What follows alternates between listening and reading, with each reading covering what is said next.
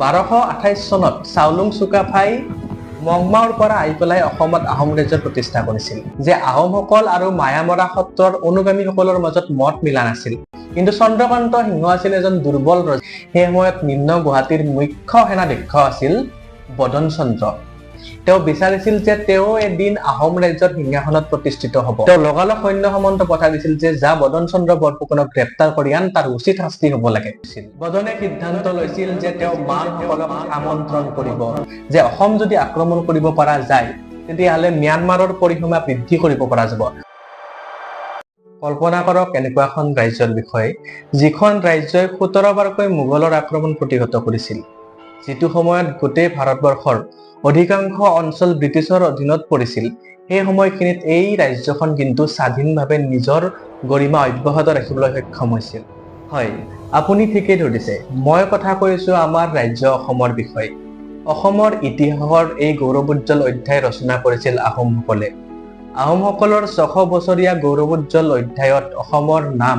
ইতিহাসৰ পাতত সোণালী আখৰেৰে লিখা আছে কিন্তু আমাৰ এই অসমত এজন এনেকুৱা ব্যক্তি আছিল যি নিজৰ ক্ষমতাৰ লোভত পৰি নিজৰ প্ৰতিশোধৰ জুইত পৰি আমাৰ অসমৰ এই গৌৰৱোজ্জ্বল অধ্যায়ত কালিমা সানিছিল আহোমসকলৰ 600 বছৰীয়া গৌৰৱোজ্জ্বল অধ্যায় মাটিৰ লগত মিলাই দিছে যিখন অসমত আহোমসকলৰ দিনত লাচিত বৰফুকনৰ দৰে বিখ্যাত যোদ্ধাই জন্ম লৈছিল যাৰ নামেৰে গোটেই অসমবাসী আজিও গৌৰৱান্বিত সেই বিখ্যাত বৰফুকনৰ পদবীৰ নামত কালিমা সানিছিল এনে এজন ব্যক্তিয়ে যাৰ নাম আছিল বদন চন্দ্ৰ বৰফুকন ক্ষমতাৰ প্ৰতি লোভ লালসা আৰু প্ৰতিশোধৰ জুইত পৰি বদন চন্দ্ৰ বৰফুকনে কেনেকৈ অসমীয়া জাতিক বিশ্বাসঘাতকতা কৰি তিল তিলকৈ মৰিবলৈ মানৰ হাতত তুলি দিছিল আজিৰ ভিডিঅ'টোত আমি এই কাহিনীটো জানো আহক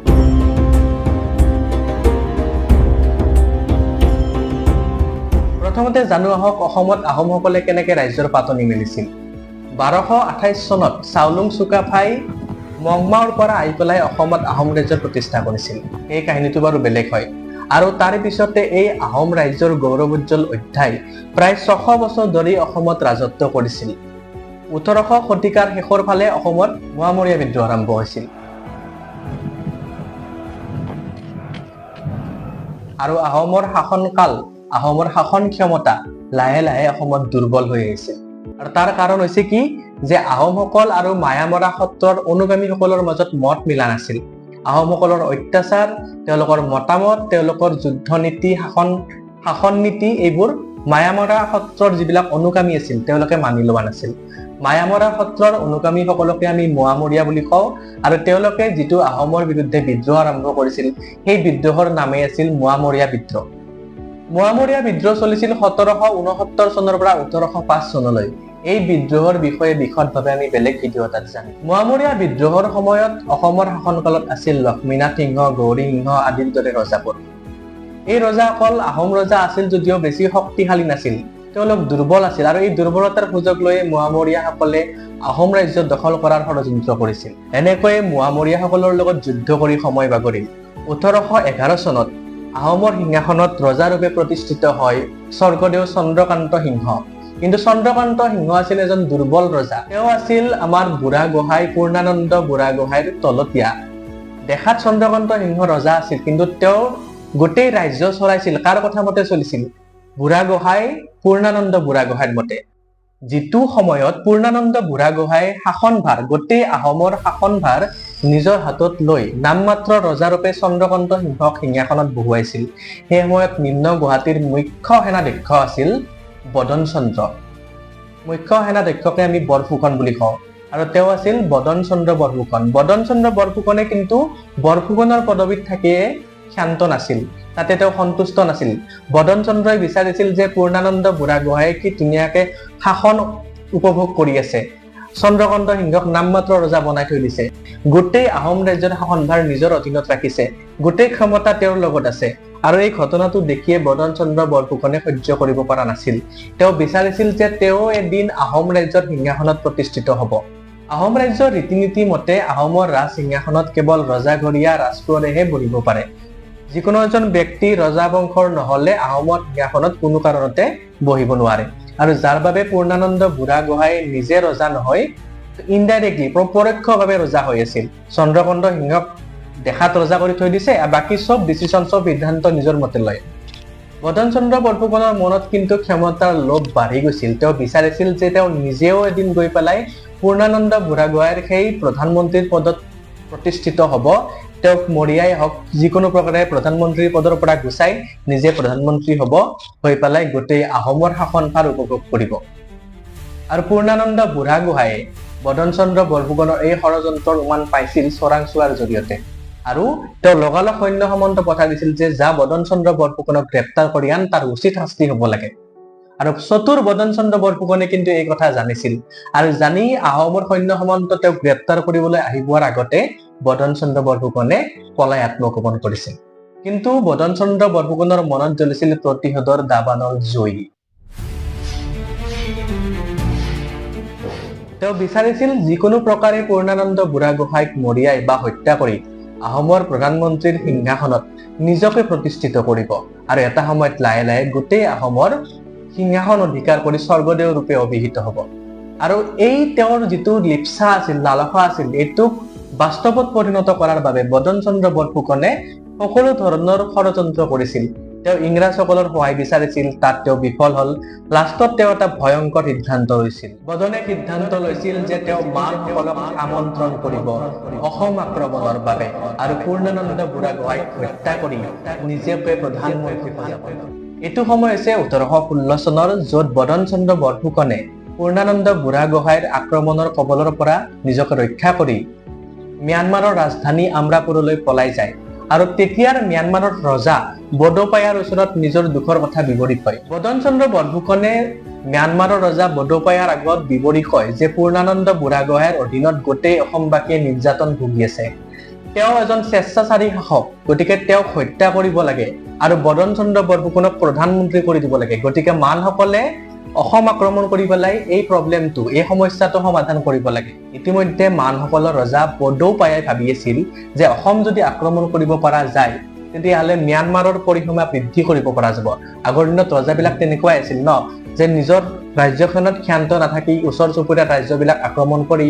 অধিকাৰ কৰিব লাগে আৰু নিজৰ ৰাজ্যৰ পৰিসীমা বঢ়াই বঢ়াই গৈ থাকিব লাগে আৰু সেই মৰ্মে বদন চন্দ্ৰ বৰফুকনৰ সন্মুখৰ পৰা আমন্ত্ৰণ পায় বডোপায়াই সেনাপতি ভাউমৰ অধীনত প্ৰায় ৮,০০০ সৈন্য বদনৰ লগত অসম আক্ৰমণৰ বাবে পঠিয়াই দিয়ে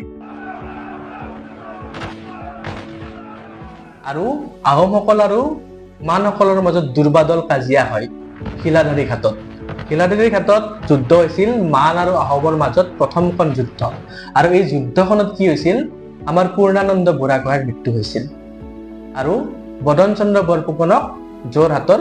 প্ৰধানমন্ত্ৰী বনাই দিছিল মানসকলে ইতিমধ্যে চন্দ্ৰকান্ত সিংহই যোৰহাট এৰি পলাই গৈছিল কিন্তু অসমৰ জলবায়ুৰ লগত মানৰ সেনাসকলে বেছি দিন তিষ্ঠিব নোৱাৰিলে তেওঁলোক অসুস্থ হৈ পৰে আৰু নিজৰ প্ৰাণ ৰক্ষা কৰি ম্যানমাৰলৈ উভতি যায় মানসকলে যেতিয়া অসম এৰি যোৱাৰ কথা চন্দ্ৰকান্ত সিংহৰ কাণত পৰে তেতিয়া তেওঁ সৈন্য সামন্তলৈ পুনৰ বদন চন্দ্ৰ বৰফুকনৰ ওপৰত আক্ৰমণ কৰে আৰু বদন চন্দ্ৰ বৰফুকনে পুনৰ পৰাজিত হয় নীলাজৰ নিচিনাকে আকৌ এবাৰ মানসকলৰ ওচৰলৈ যায় যে কয় অসমক আৰু আক্ৰমণ কৰিব লাগে পূৰ্ণানন্দ বুঢ়াগোহাঁইৰ মৃত্যু হলে কি হ'ব চন্দ্ৰকান্ত সিংহই পুনৰ অধিকাৰ কৰিছে যোৰহাট মানসকলে প্ৰথমবাৰৰ বাবে কেতিয়া আহিছিল জানুৱাৰী মাহত আহিছিল 4 মাহৰ বাবে অসমত থাকিল বদন চন্দ্ৰ বৰফুকনক প্ৰধানমন্ত্ৰী বনালে অসমৰ জলবায়ু সহ্য কৰিব নোৱাৰিলে গুচি গল আৰু এপ্ৰিল মাহত কি কৰিলে চন্দ্ৰকান্ত সিংহই পুনৰ যোৰহাট দখল ধৰিলে বদন চন্দ্ৰ বৰফুকনে পলাই গল মানসকলৰ ওচৰলৈ আৰু দ্বিতীয়বাৰৰ বাবে অসম আক্ৰমণৰ বাবে আমন্ত্ৰণ জনালে মানসকলে ভাবি চাওক যে নিজৰ ক্ষমতাৰ লোভে বদন চন্দ্ৰ বৰফুকনক কিমান তললৈ নামাই দিছিল যে মানৰ আক্ৰমণত আমাৰ নিজৰ অসমীয়া ভাই ভনীসকলৰে ক্ষতি হ'ব নিজৰ স্বৰ্গদেউৰ ক্ষতি হ'ব নিজৰ অসমৰ অনিষ্ট হ'ব আৰু এই কথা জানিও নিজক ক্ষমতাত প্ৰতিষ্ঠিত কৰিবলৈ প্ৰধানমন্ত্ৰী হ'বলৈ বুঢ়াগোহাঁই হ'বলৈ বদন চন্দ্ৰ বৰফুকনে দ্বিতীয়বাৰৰ বাবে মানসকলক অসম আক্ৰমণ কৰাৰ আমন্ত্ৰণ দিছিল বদন চন্দ্ৰ বৰফুকনে যেতিয়া দ্বিতীয়বাৰৰ বাবে মানসকলৰ সহায় বিচাৰি গৈছিল অসম আক্ৰমণ কৰিবৰ বাবে মানসকলে লগালগ তাৰ প্ৰত্যুত্তৰ দিয়া নাছিল আৰু ইতিমধ্যে বদন চন্দ্ৰ বৰফুকনৰ অত্যাচাৰত অসমীয়া প্ৰজাসকল অসমীয়া লোকসকল অতিষ্ঠ হৈ গৈছিল সকলো অসমীয়াই বদন চন্দ্ৰ বৰফুকনৰ বিশ্বাসঘাতকতা দেখি তেওঁক ঘৃণা কৰিবলৈ লৈছিল আৰু অৱশেষত চন্দ্ৰকান্ত সিংহৰ এজন সেনাপতি ৰূপ সিংহই বদন চন্দ্ৰ বৰফুকনক এই বিশ্বাসঘাতকক হত্যা কৰিছিল আৰু এনেকৈ পৰিসমাপ্তি হৈছিল বদন চন্দ্ৰ বৰফুকনৰ দৰে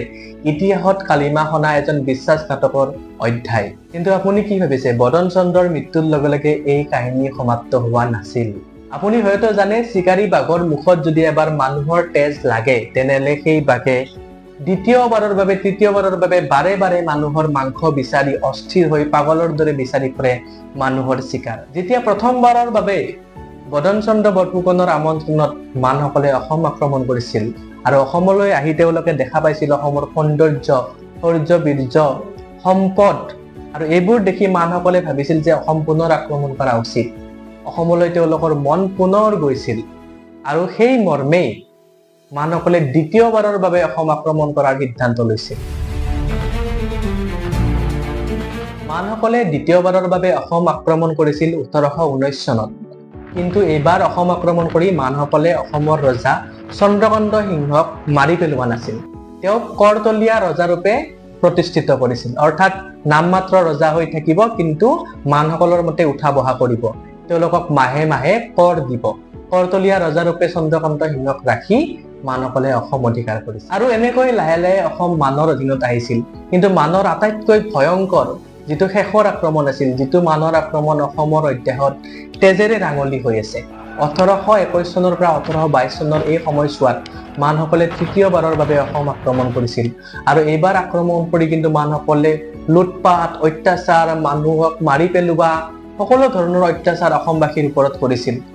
অসমৰ ইতিহাসত আটাইতকৈ দুখ লগা, আটাইতকৈ কলা অধ্যায় বুলি যদি কওঁ, এই 1821 পৰা 1822 চনৰ সময়ছোৱা।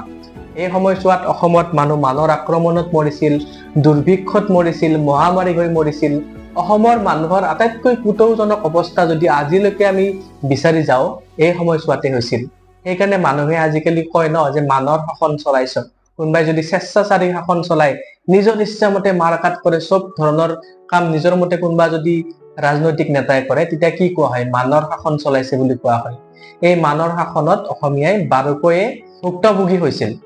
আৰু এই অত্যাচাৰ সহিব নোৱাৰি অসমৰ ৰজাসকলে ব্ৰিটিছৰ সহায় বিচাৰিছিল। আৰু ব্ৰিটিছসকলক বাৰে বাৰে অনুৰোধ কৰাৰ পিছত 1826 চনত ব্ৰিটিছসকলে আহি মানৰ বিৰুদ্ধে অসম ৰক্ষাৰ বাবে থিয় দিছিল। আৰু সেই সময়ত ব্ৰিটিছসকলৰ অত্যাধুনিক যুদ্ধ কৌশলৰ আগত মানসকল টিকিব পৰা নাছিল আৰু ব্ৰিটিছৰ আগত পৰাজয় বৰণ কৰি অসম এৰি যাবলৈ বাধ্য হৈছিল। আৰু সেই সময়তে ব্ৰিটিছসকলৰ আৰু মানসকলৰ মাজত এটা সিদ্ধান্ত আছিল। কি সন্ধি হৈছিল আপোনালোকৰ মনত আছেনে? সিদ্ধান্তটোত এটা সন্ধি স্বাক্ষৰ কৰা আছিল, যাক আমি ইয়াণ্ডাবু সন্ধি বুলি জানো। কোন চনত হৈছিল? 1826 চনত। আৰু এনেকৈ মানসকলৰ এই আক্ৰমণৰ কলা অধ্যায় অসমত সমাপ্ত হৈছিল। কিন্তু গোটেই কাহিনীৰ পৰা আমি কি শিক্ষা ল'ব পাৰো? আপোনালোকে গোটেই কাহিনীটো যদি সামাৰাইজ কৰি চাই, সাৰাংশ উলিয়াই চাই, এজন মানুহৰ ক্ষমতাৰ লোভৰ বাবে গোটেই এই ধ্বংসলীলা আৰম্ভ হৈছিল। গোটেই কাহিনীটো প্ৰথমৰ পৰা এবাৰ ভালদৰে ভাবি চাওক যে এজন মানুহৰ ক্ষমতাৰ লোভে প্ৰতিশোধৰ জুইত পৰি গোটেই অসমত ধ্বংসলীলাৰ অধ্যায় আৰম্ভ হৈছিল। যদি বদন চন্দ্ৰ বৰফুকনে ক্ষমতাৰ লোভ নকৰিলেহেঁতেন, প্ৰধানমন্ত্ৰী হ'ব নোখোজিলেহেঁতেন, বুঢ়া গোহাঁইৰ পদবীৰ প্ৰতি মন নেমেলিলে হয়, তেতিয়াহ'লে তেওঁ মানক আক্ৰমণ কৰিবলৈ অসমত আমন্ত্ৰণ নিদিলে হয়। বদন চন্দ্ৰ বৰফুকনে যদি মানক আমন্ত্ৰণ নিদিলে হয়, তেনেহ'লে ইংৰাজসকলে অসমত অহাৰ কোনো কথাই নাছিল। আৰু এই 600 বছৰীয়া আহোমৰ গৌৰৱোজ্জ্বল অধ্যায়েৰে সোণোৱালী আখৰেৰে অসমৰ নাম যে ইতিহাসৰ পাতত লিখা আছে, তাত কালিমা কেতিয়াও নালাগিল হয়। অসম সদায় গৌৰৱময় হৈ থাকিল হয়। বদন চন্দ্ৰ বৰফুকনৰ এই লোভত পৰি পেলাই অৱশেষত অসমৰ এই গৌৰৱোজ্জ্বল অধ্যায়, আহোমৰ এই 600 বছৰীয়া ৰাজত্ব ইংৰাজৰ অধীনলৈ যায়। আৰু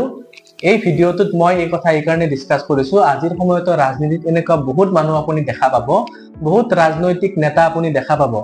যিয়ে নিজে ক্ষমতাত আহিবৰ বাবে, নিজে ক্ষমতা উপভোগ কৰাৰ বাবে কি কৰে, যে বৰ্তমান অসমত চলি থকা অবৈধ অনুপ্ৰৱেশকাৰীৰ বিৰুদ্ধে মাত মাতিব এৰি তেওঁলোকৰ সপক্ষে মাত মাতে, যাতে তেওঁলোকৰ ভোট পাই পেলাই জয়ী হয় তেওঁলোকে নেতা হ'ব পাৰে, ক্ষমতা লাভ কৰিব পাৰে। গতিকে অসমৰ ৰাজনীতিত, আমাৰ অসমৰ সমাজত বদন চন্দ্ৰ বৰফুকনৰ অভাৱ নাই। এনেকুৱা ব্যক্তিসকলক শাসনলৈ নাহিবৰ বাবে আপোনালোকে সহযোগ কৰিব লাগিব। আপোনালোকে এনেকুৱা ব্যক্তিৰ কথাত কেতিয়াও ভুল নাযাব। অসমীয়াৰ হকে মাত মাতিলে আপুনি সমৰ্থন কৰক, আৰু যদি অসমীয়াৰ হকে মাত নামাতি বিদেশীৰ হকে মাত মাতে, অবৈধ অনুপ্ৰৱেশকাৰীৰ হকে মাত মাতে, বিদেশীক উচ্ছেদ কৰাৰ বিৰুদ্ধে মাত মাতে, তেনেকুৱা ব্যক্তিসকলক আপুনি সমৰ্থন নকৰিব। নহলে কিন্তু অসমত পুনৰ বদন চন্দ্ৰ বৰফুকনৰ জন্ম হ'ব আৰু মানসকলৰ দিনতকৈও কিন্তু অধিক ভয়াবহ পৰিস্থিতিৰ সৃষ্টি হ'ব পাৰে গতিকে আপুনি প্লিজ কথাটো মন কৰিব ভিডিঅটো চোৱাৰ বাবে আপোনাক অশেষ ধন্যবাদ নতুন ইউটিউব চেনেল প্লিজ সাবস্ক্ৰাইব কৰিব ধন্যবাদ